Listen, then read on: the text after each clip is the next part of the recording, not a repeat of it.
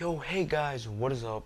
It's JJ Tech here, back again for another video. Now today I've got, a little bit of a throwback here.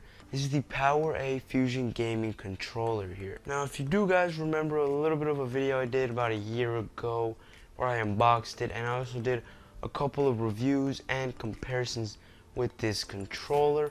Now if you haven't checked those out, make sure to go to my YouTube channel and check those out, because if you don't watch those, then you won't really understand what's going on in today's video. Now, what I typically do, today I'm going to be doing a 1 year later video on the Power A Fusion Gaming controller here, and explain to you my experience over that year, and if you should still pick it up in 2019. Now, before I do get this started, make sure to give me a follow on Instagram here at JJTech123, and also subscribe down below, like the video, and with no further ado, let's get into the video. Alrighty, so I'm going to start off with my regular stuff that I usually do, which is my pros and cons over the 1 year that I've owned it, and I'm gonna start off with pro number one. Now, pro number one has got to be the comfort on this controller, and yes, I mean the comfort is pretty good. Now, it's not as good as the official Xbox One controllers, but it's getting into that realm in terms of comfort. Now, what I mean by that is, as you can see, these little grips on the bottom here kind of help you grip it when you're playing a game like a shooter, or when you're really into the game.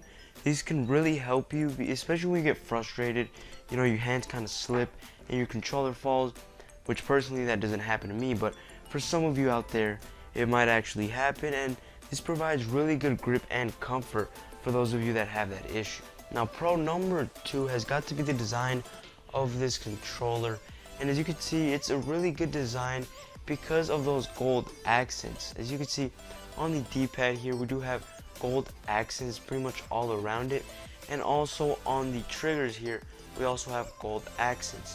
Nowhere else to be found any more gold accents, pretty much just on the triggers and the D-pad, but that's pretty much all you need, because too much gold would just be a bit of overkill, but this is just perfect, and I think that if you're buying this controller for design, you're doing the right thing. Now, pro number three, the last pro, has got to be this on the bottom here.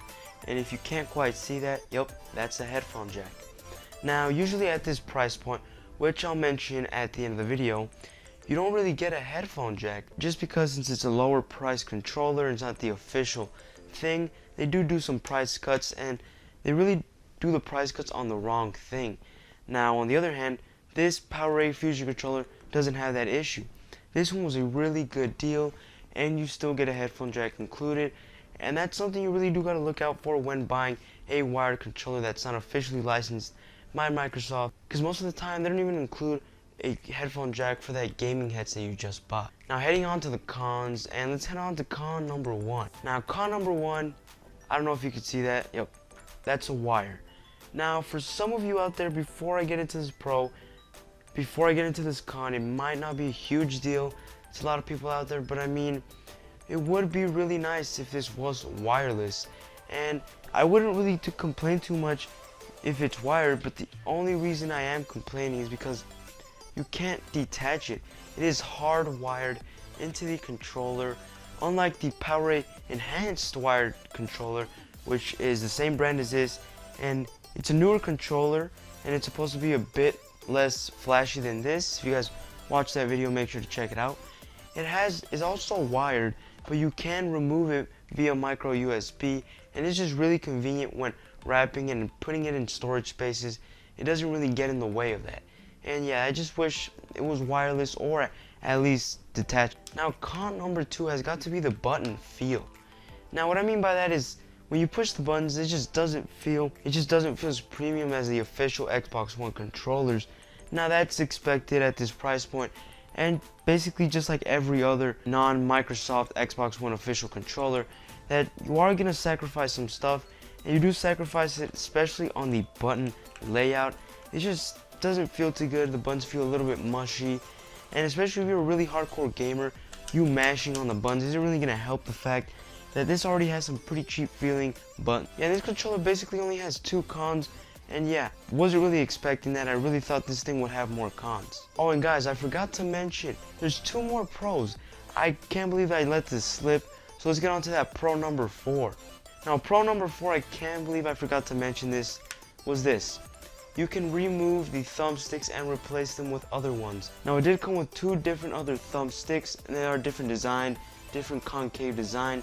Now I don't have them with me right now in particular, but if you do go on Amazon and you look at the pictures, it does come with 2 other thumbsticks which you can replace at any point in time, which is just extremely good. And at this price point, guys, you really can't beat it. Now pro number 5, I also can't believe I forgot to mention this, was, as you can see, these buttons on the back, kind of like these extra buttons, and also these trigger stops.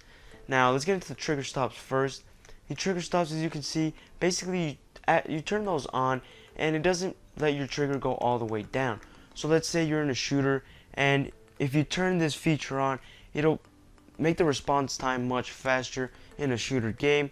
So when you're shooting, it'll be much faster to shoot it and aim. And now that's something that you can pretty much only find in premium controllers ranging up $50 and more. And for this price, guys, you really just can't beat that. Now on to these remappable buttons. Like I just said, they are remappable buttons. Basically, you press this little button up here. I don't know, not sure if you guys can see it. It's up here hidden, and you click that, and you also click the one you want to remap to the back.